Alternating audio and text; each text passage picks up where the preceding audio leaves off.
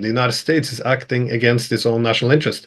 And it's all premised on this idea that unipolarity can be restored, or some even believing they're still living in the 1990s, where they can effectively cut ties between others, and the only game in town is America. And this is such a dangerous delusion.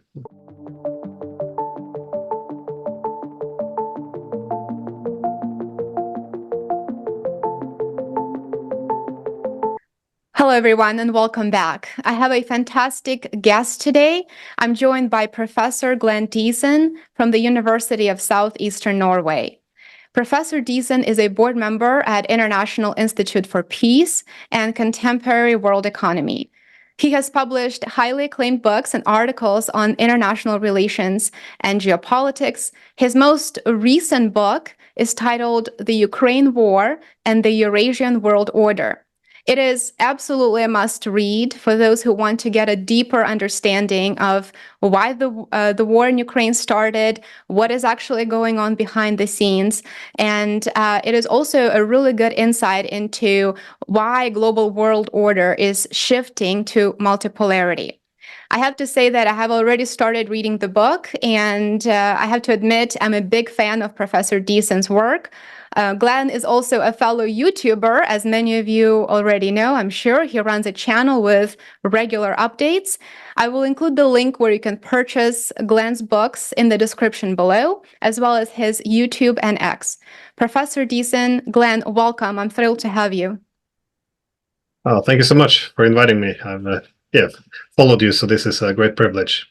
Oh, thank you. Thank you so much for saying that. I have to admit that one of the main reasons why I'm so excited to connect with you is your extensive research on the decline of the unipolar world order. It is such a unique phenomenon that all of us are experiencing right now. And your new book walks us through the transformation, and it explains how and why the liberal hegemony is coming to an end. And it definitely is. You really put in perspective the global conflicts, the complete lack of any initiative, any reasonable initiative for peace negotiations in Ukraine. And effectively, you discussed this global push during these periods of transition, the global push for ultraviolence, as the hegemon is desperately trying to effectively cling onto its status, despite the fact that the world has already changed and the old ways are gone, old tricks don't work. So we need to be flexible to adapt to the new reality. Could you tell us what encouraged you to write your new book? Well, I think it was the failure often to see the meaning of this conflict in a wider context, because in my opinion, the war in Ukraine has become a symptom of a collapsing world order, and but it's also become a battlefield for the world order which is coming into place as the old order is dying, and we see now the new order not yet born, but it's on its way.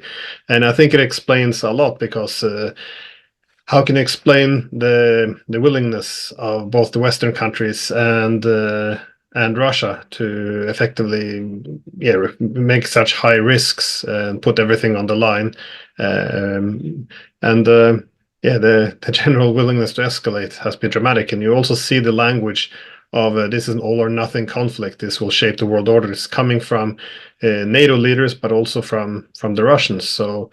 And also, I thought it's important to review other conflicts in this context as well, because we always look at the conflict between the U.S. and China, the U.S. and Iran, now also with Russia, and it really has to be put in the context of a changing world order. And I think what has been very difficult for many in the West to understand is why even friends or even allies of the West seems to be cheering on the emergence of a multipolar order.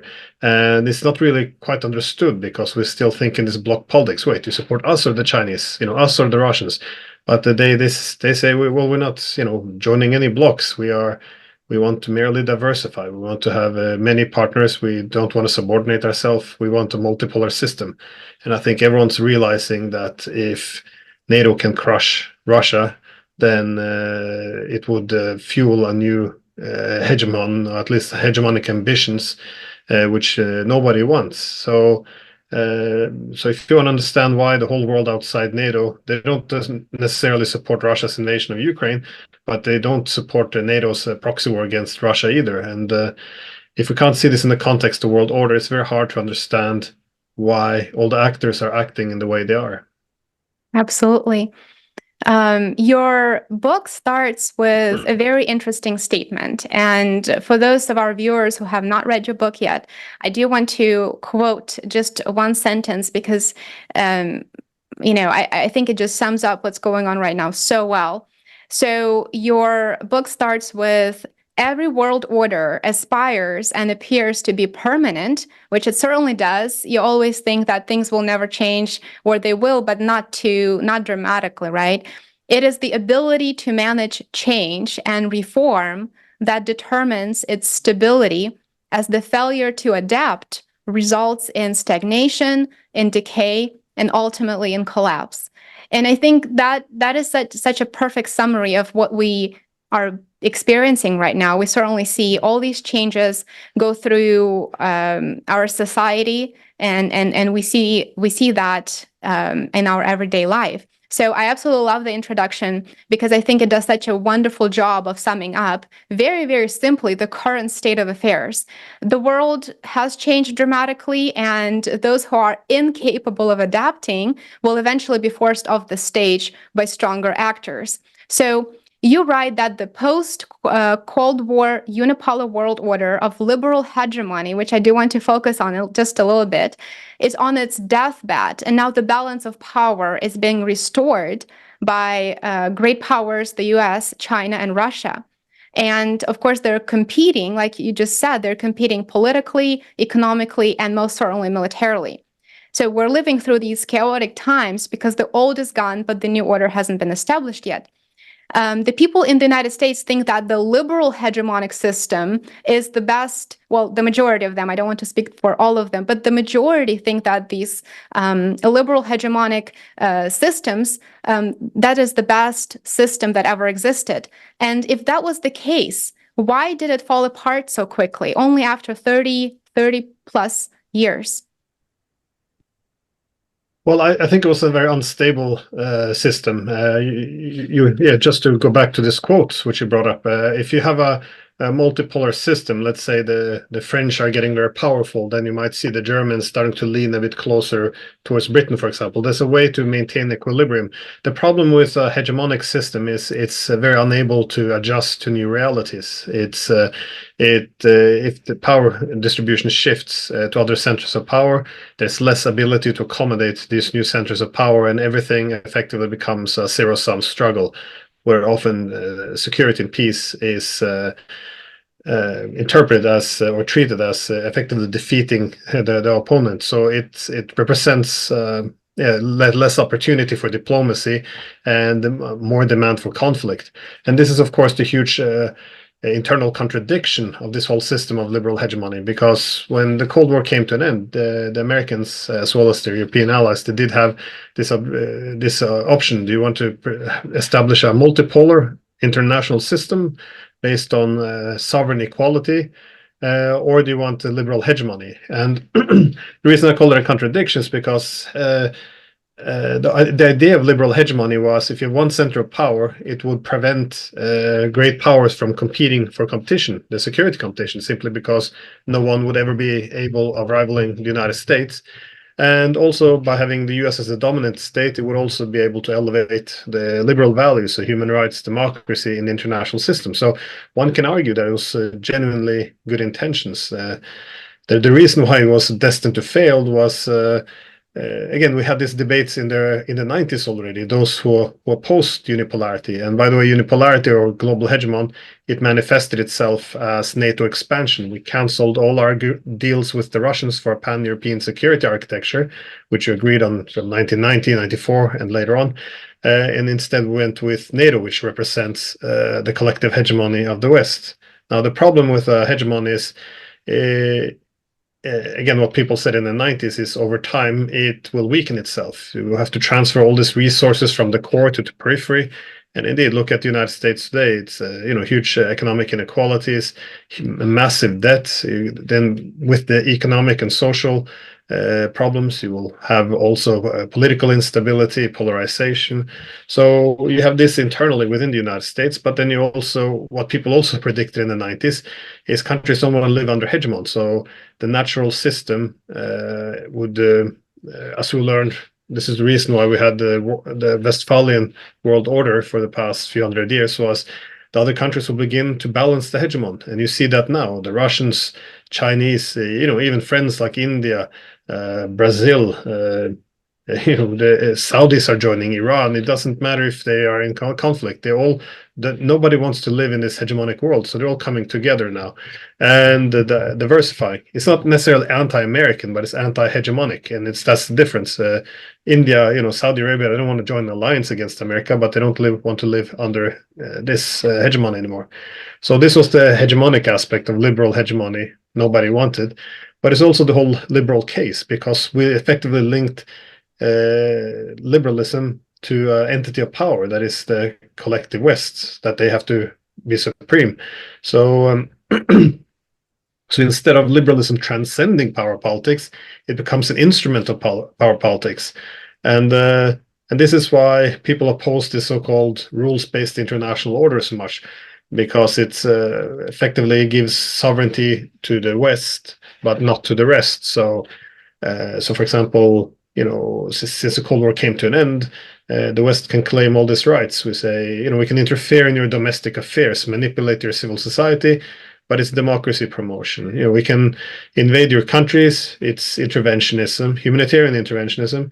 We can even topple your government, and it's a democratic revolution, as we saw in Ukraine. And it doesn't matter if the facts aren't there. It's an unconstitutional toppling of a democratically elected government without majority support of Ukrainians, but nonetheless, it's a democracy promotion. And also, so in Serbia, can even change the borders. Everything, all sovereignty can be suspended for others. And this is also a system which other countries don't want to live under. So, so I think now that the rest of the world is rejecting this liberal hegemony, the United States effectively has two options. And the first is it can either accommodate multipolarity, but if it does so, it can still be the first among equals, if you will. It will still be the most powerful one, but it will be a multipolar system where everyone more or less balance each other. Or alternatively, the United States can try to extend the unipolar era, that is liberal hegemony. But then the rest of the international system will increasingly begin to balance the United States. So that multipolar system will be more aimed against the US, so ditching its technologies, its industries, its currency, payment system, all of this. And this is what we're seeing now. And this is why I kind of made the argument that the United States should reconsider its post-Cold War policy. That's not an anti-American policy.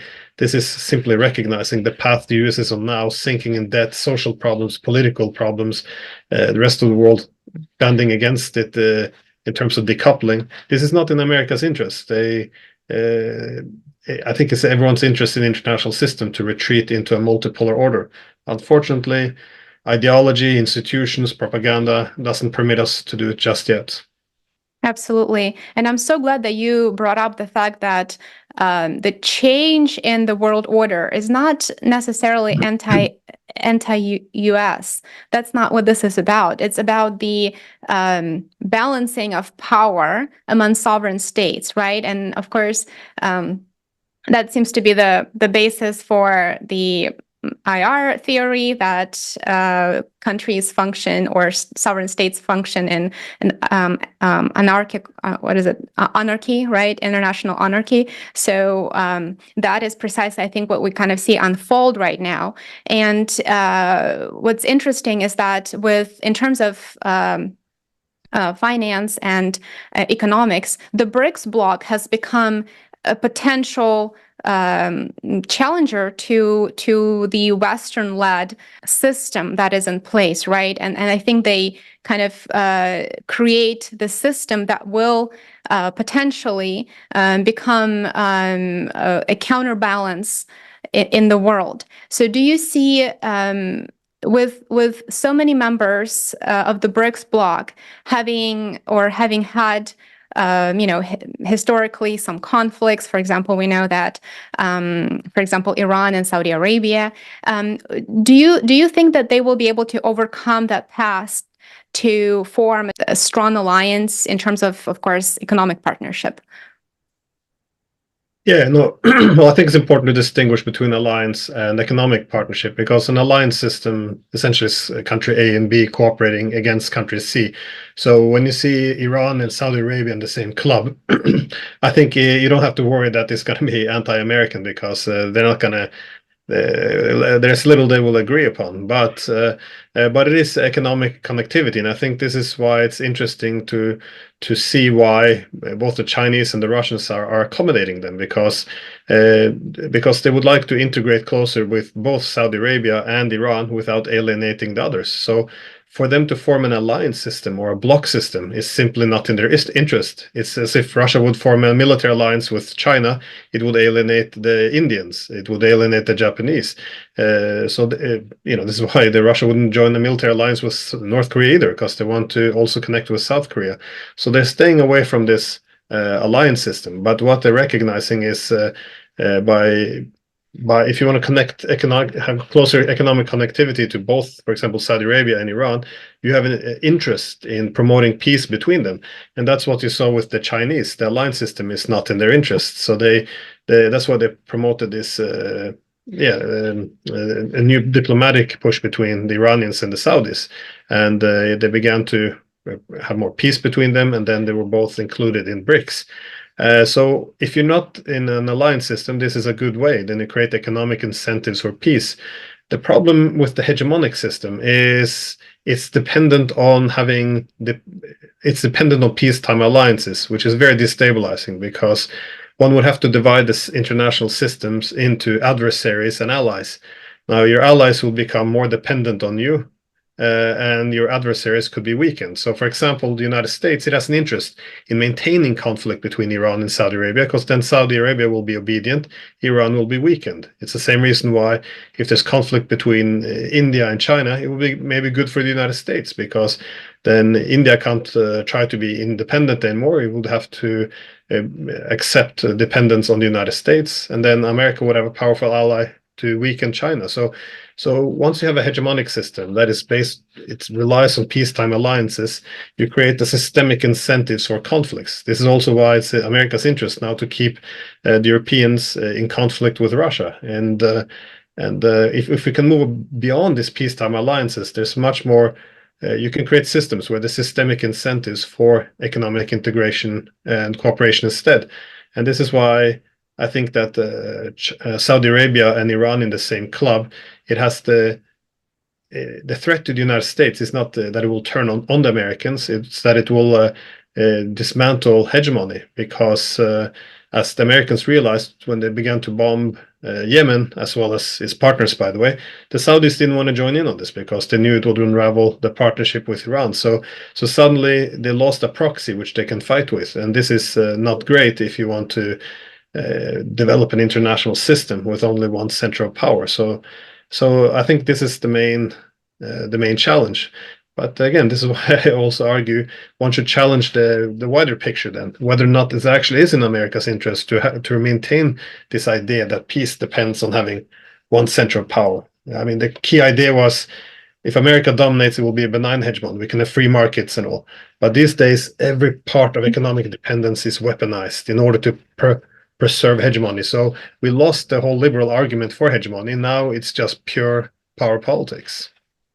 Absolutely. And maybe we can focus a bit more on sanctions, right? Because historically, sanctions have been used as a tool of U.S. foreign policy to penalize a state that chooses to pursue its own interests instead of doing as it is told by a much stronger actor, the United States in this case, right? So what worked 10 years ago, however, doesn't really produce the same results anymore. And we've seen that. I think if for those of us who have been following the events of the past several years, we see that sanctions fell short And of course, sanctioning has evolved dramatically over time. At first, it was the United States using very, very limited tools such as embargoes. But what we see now is absolutely unprecedented. It's a variety of sanctions that are targeting the civilian population of Russia in this particular case, as well as a variety of industries, individuals, even sovereign assets, which I do hope to briefly discuss in just a minute. So the West imposed more than 16, I believe it is 16,500 sanctions on Russia. And I can't think of any state that would be able to withstand that kind of pressure. After 2 years of thousands and thousands of sanctions, the International Monetary Fund just published a report where it says that Russia is actually forecasted to grow faster than all advanced economies, including the United States. And in the same report, the IMF actually downgraded its forecasts across Europe, with the UK being the weakest European economy right now, and it is actually behind Germany. So Germany is not doing well. We know that very well. So it would be fair to say that more than 16,000 sanctions failed, and it is clear evidence that the economic power that the West once enjoyed, that it once had, is likely gone. So how could over 16,000 sanctions fail this miserably? Where exactly has the West miscalculated, and what did Russia manage to capitalize on? Well, this is what is also a case study in the danger of propaganda, because we're told Russia is just a gas station masquerading as a country, but now not only are they the fastest growing, but they're also the largest economy in Europe. So it's worth then to push the propaganda a little bit aside and then take and assess why this has actually happened. Well, I would first say that in such sanctions would have been very helpful in the 1990s, because then there was only one center of power. If there's one center of power, the United States or the collective West, and they sanction someone in this regard, it would cripple any economy, because there's nowhere else to go. There's only one game in town. But this is a new evidence that obviously the system is multipolar, because the Russians were able to diversify all their economic connectivity now to other countries. And they did it, I would add, successfully, because the Russians can sell their energy, for example, in other countries. They have new tech partnerships with other countries, new transportation corridors to develop new banks, development banks with other countries. Meanwhile, the Europeans were not able to do this. And so what the Europeans did was actually hugely destructive, because we cut ourselves off from cheap, reliable Russian energy, which fueled our industries. And also, Russia wanted to integrate with us, so they actually used to prioritize our markets in terms of the Europeans exporting to Russia. And well, if it's Arctic development, whatever it is, often the partnership were prioritized with the West, simply because Russia wanted to integrate into this collective West. Now, our industries aren't competitive, and the markets are all going to other places, as well as their energy. So I think it's worth taking a step back and see how this happened. And this is from Gorbachev's era, when he talked about this common European home. This was the objective. Russia should integrate effectively into a greater Europe. And but they even ignored their partnership with China and other countries in the East. This made them not just weak, but they made them too dependent on the West. And as the U.S. Secretary of Defense, William Perry, argued in the 1990s, the reason why they decided to expand NATO is simply because Russia was weak. We didn't have to listen to them anymore. So this was the cost of becoming too dependent on the West. Now, even after NATO began to expand, Russia pursued different hopeful pathways to integrate with the West. None of this actually worked. But there was always this thought that, well, maybe incrementally, gradually, we'll be part of the West. But this is why Ukraine was such an important case study, because if the West wanted to integrate Ukraine, so it wouldn't be only in the Russian sphere, then they would have to integrate with Russia as well, unless they wanted to create a dividing line between them, which would be a huge provocation and probably spark a civil war in Ukraine. So in 2014, when the Western powers toppled the government in Ukraine, simply because they didn't want Ukraine to connect with both the West and Russia. In other words, they rejected the whole idea that Ukraine should be a bridge between East and West, and instead demanded that it should be in the exclusive sphere of the West. At this point, all illusions in Moscow were shattered. Obviously, we decided that Ukraine should be a bulwark against Russia. This is when they realized that the greater Europe was dead. You had to be in a utopia. It's not going to happen. And even the few people who still believed there was a future in Europe had to accept that these new sanctions, as Russia took back Crimea to protect this Black Sea fleet, that they couldn't anymore be dependent on the West. And so it's in 2014, really, you saw this whole project for Greater Europe, which you can say originated with Gorbachev's Common European Home. It was replaced with what they now refer to as a Greater Eurasia, in which they seek to diversify all their economic connectivity. So avoid excessive dependence on any one center of power, because if you're too dependent on one center of power, this especially asymmetrical economic interdependence, then this can be converted into political influence. So the Russians said no more, and they began to diversify. They reached out to India, China, Korea, both of them, Iran, but they also wanted the Greater Eurasia to include the Europeans, and of course they wanted good relations with the United States, but they refused to have this excessive dependence. So you saw their economy gradually becoming more and more sanction-proof, and not just temporary to get over a speed bump, but they looked at all these main three geoeconomic pillars. They said our key strategic industries, high tech, that is, can't be too dependent on the West. Our transportation corridors, historically vulnerable to Western blockades, also not acceptable. We have to, have these new corridors to the east. Also, we can't be dependent on Western currencies, banks, their payment systems, none of this. So they began to diversify and essentially adjust to multipolarity, as they didn't see any more future in a greater Europe. And so I remember writing a book about this in 2015, because I saw what was happening in Russia, that they had given up on Greater Europe and began to diversify. And I remember when my book came out, I had colleagues say, well, Russia and China, that's a marriage of convenience. It won't last for the next 12 months. But, forward now almost 10 years, this is such a strong strategic partnership. And it's also the partnership which is spearheading this new multipolar world. But again, we're not addressing this key things which happen, because it kind of punctures a hole in our entire narrative.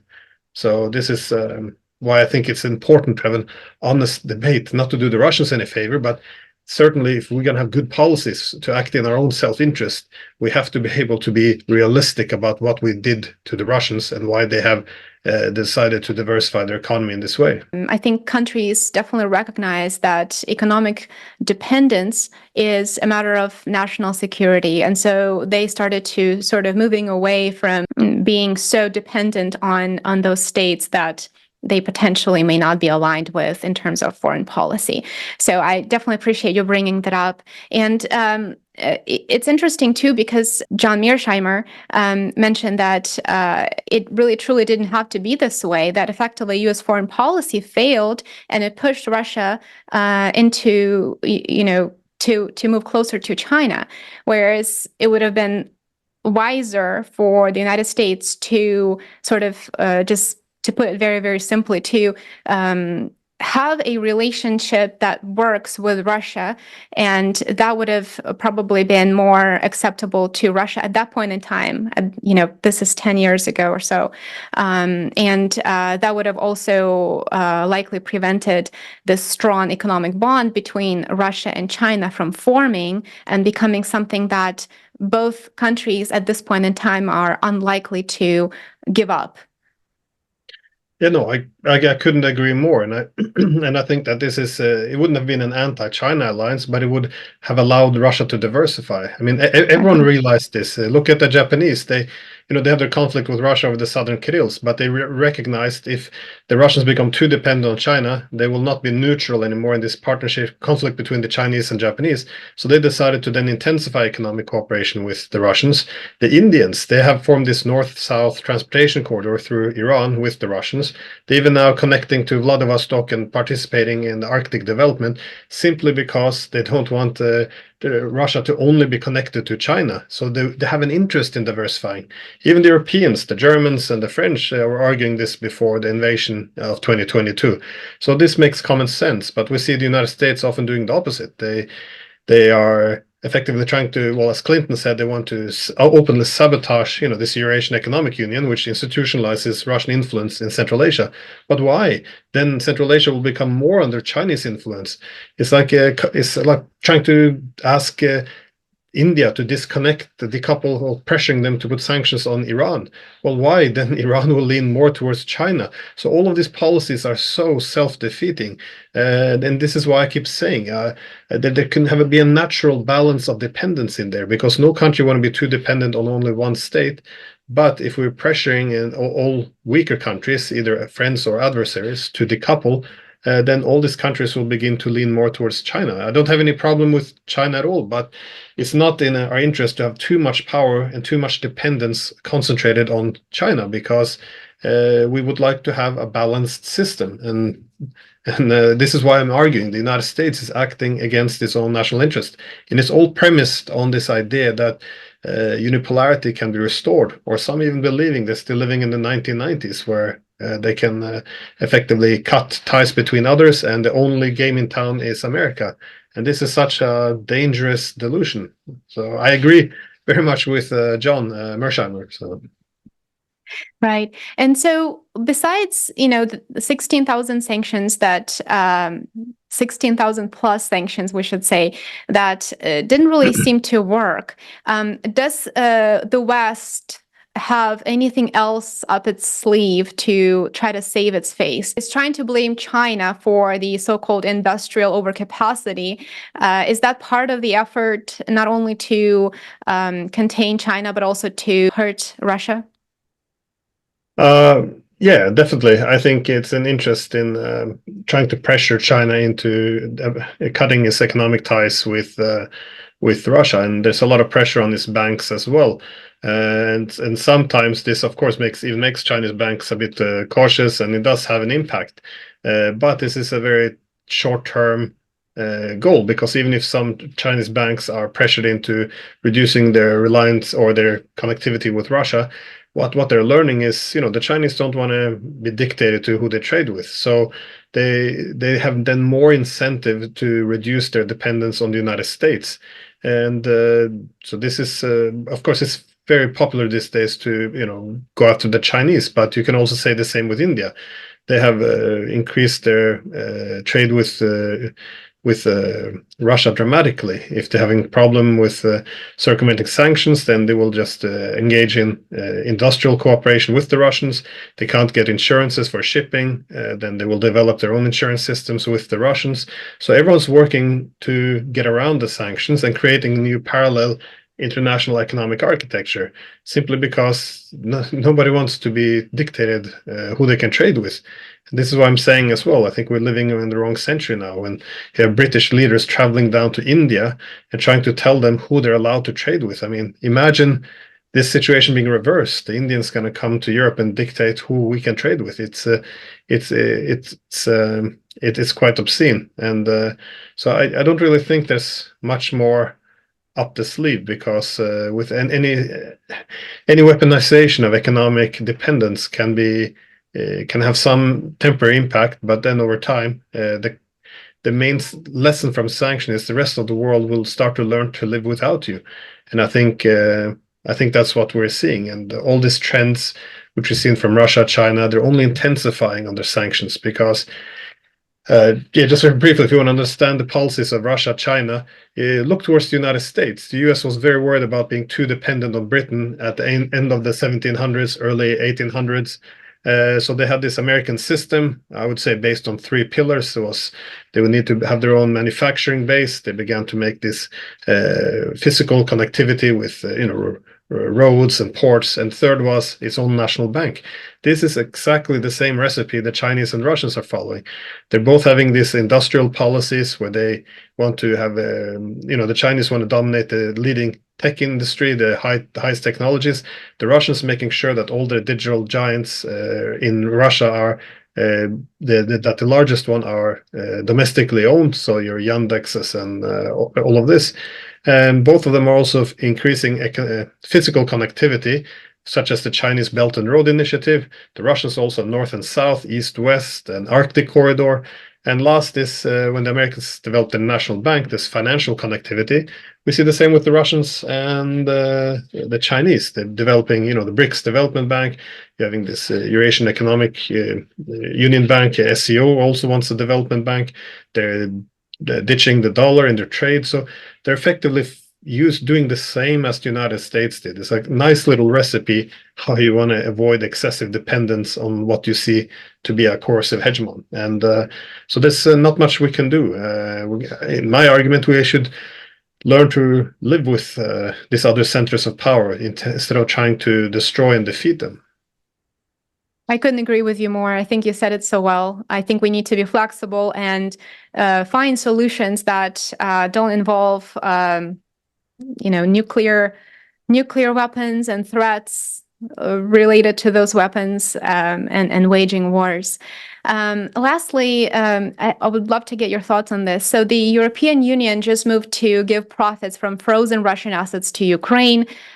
The interest is worth roughly 3 billion euros per year, I believe, and it will be used to purchase weapons for Ukraine. So it is safe to assume that, of course, this is absolutely unprecedented. It is safe to assume that it will definitely backfire, since nobody will trust the Western-led financial system anymore after something like this. What do you believe would be Russia's response? Well, first, I would say I agree. This is unprecedented and complete collapse of trust, because not only freezing assets, but even stealing them. And if you steal the profits of assets or the assets themselves, we're doing the profits, but now also moving into the actual assets as well. This is unprecedented, and we were not discussing the ramifications of this. Instead, we're doing moral posturing, saying, well, they invaded, it was illegal. But yeah, of course, that's fine. But the United States also invaded some countries illegally.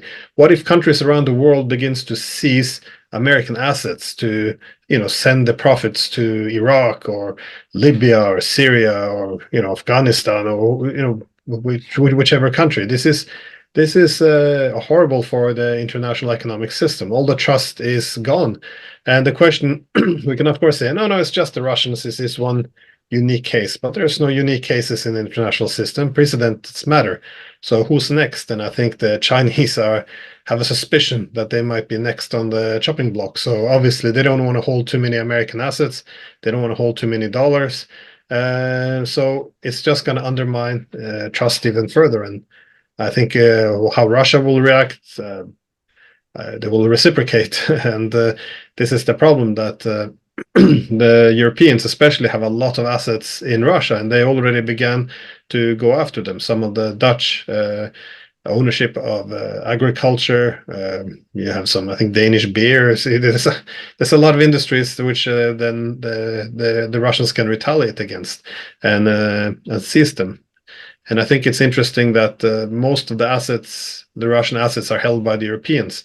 So when the Americans are trying to encourage the Europeans to do this, it's effectively asking the Europeans to jump on the grenade, because the Europeans are destroying themselves with this. We cut ourselves off Russian energy, we cut ourselves off Chinese technologies. Now we're gonna weaponize our entire financial industry, starting to seize assets of other countries we're in conflict with. There's not going to be much economic value left in Europe. So yes, I think Russia will simply take steps, and which they already started to do. You steal our money, then we confiscate yours, and it's not going to end well for anyone. Absolutely. It's just a downward spiral, I think, that we're in right now. And it seems that, just as you mentioned in your book, it's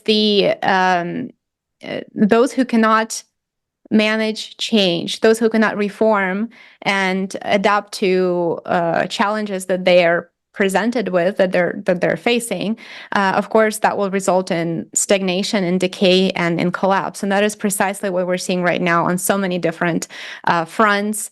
We see that politically, we see that economically, and certainly there are many social changes, which of course we will not discuss in this video, but social changes that are indicative of your statement there. Right. Glenn. Yeah. Oh no, I just want to say I think we should reflect a bit over how the Cold War was so unique in its history, because you had the United States being economically dominant, and you say you have to change other ways to stagnate, and all these adversaries were communist, largely decoupled from these international markets. And then you had a weaponized Cold War, making all the Europeans very dependent on the US, that is, all the capitalist states. So it mitigated this economic rivalry. But then after the Cold War, now these large giants, Russia, China, they're all capitalists using economic statecraft, and American allies are less dependent. So you're going to have to invent some conflicts in order to convert the security dependence into geoeconomic loyalty. So it just means we haven't really thought enough about how the system is completely different now, and we're just having these knee-jerk reactions, which is harming us. So this is why I said there is a huge need to think about how the world has changed and actually adjust to it instead of doing what we're doing now. Absolutely. Glenn, I know we're running out of time. Thank you so very much for this conversation. I really enjoyed it, and thank you for the insights. Our viewers will be able to check the video description and follow the link there to purchase your book. I believe it is available on Amazon as well. And also subscribe to your channel on YouTube and X. Thank you so much, Glenn, and I hope you come back. Thanks so much. Look forward to a new invitation.